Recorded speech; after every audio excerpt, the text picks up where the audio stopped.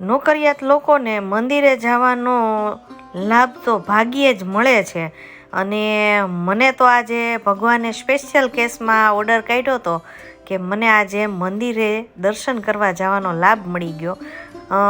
આ મંદિર છે એ અમરેલીના લીલિયા રોડ પર આવેલા ત્રિમંદિર છે, જ્યાં અંદર શ્રીમંદર સ્વામી છે એની મૂર્તિ રાખેલી છે.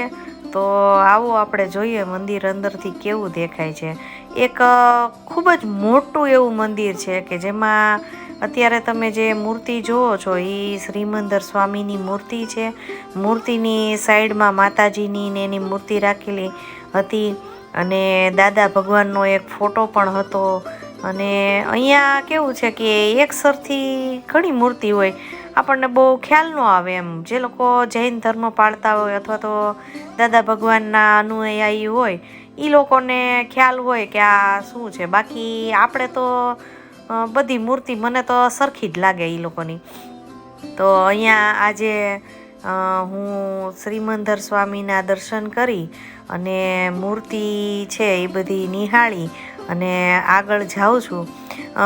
જ્યારે આ મંદિર બન્યું હતું ને ત્યારે બહુ જ ક્રેઝ હતો, બધા લોકો ખૂબ આવતા હતા.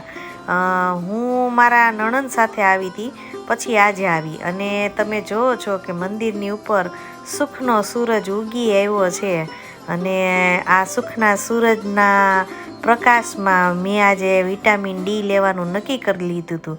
કારણ કે સવારમાં મને ક્યારેય તડકે બેસવાનો ટાઈમ મળતો નથી, એટલે થોડીક વાર તડકે બેસવાનો લાભ પણ લઈ લીધો.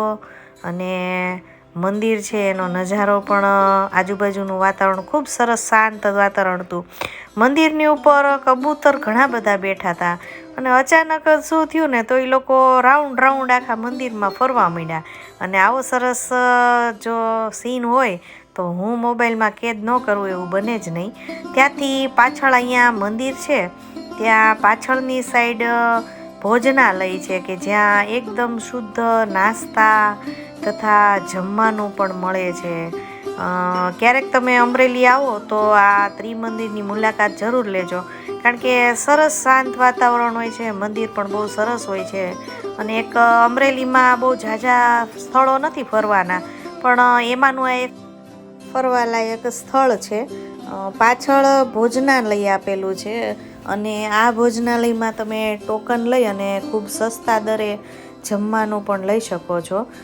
બપોરે દાળ ભાત શાક રોટલી છાશ આવું અને સલાડ આવું હોય છે. અને સાંજે ખીચડી કઢી અને શાક ભાખરી તથા છોકરાઓ માટે નાસ્તામાં પાણીપુરી દાબેલી આવું હોય છે. અમે જ્યારે પહેલી વાર અહીંયા આવ્યા હતા ત્યારે પાણીપુરી ખાધી હતી એટલી મને ખબર હતી, પણ પાડોશી પાસેથી સાંભળ્યું હતું કે સાંજે જમવાનું પણ ખીચડી કઢીને આવું બધું હોય છે. બપોરે પણ જમવાનું હોય છે. જમવાનું એકદમ સાત્વિક હોય છે, મોળું એટલે મીન્સ તીખું નથી હોતું. અને સરસ ચોખ્ખાઈ પણ હોય છે. અને જમવાનું બહાર જેવું નહીં પણ ટૂંકમાં ઘર જેવું સારું હોય છે. એટલે ક્યારેક ત્રિમંદિર આવો તો જમવાનું પણ અહીંયા વ્યવસ્થા છે એવું મેં આજે જોયું. અને પ્લસ તમને મારો વિડીયો જો ગમ્યો હોય તો લાઈક કરજો, શેર કરજો અને કમેન્ટ કરજો.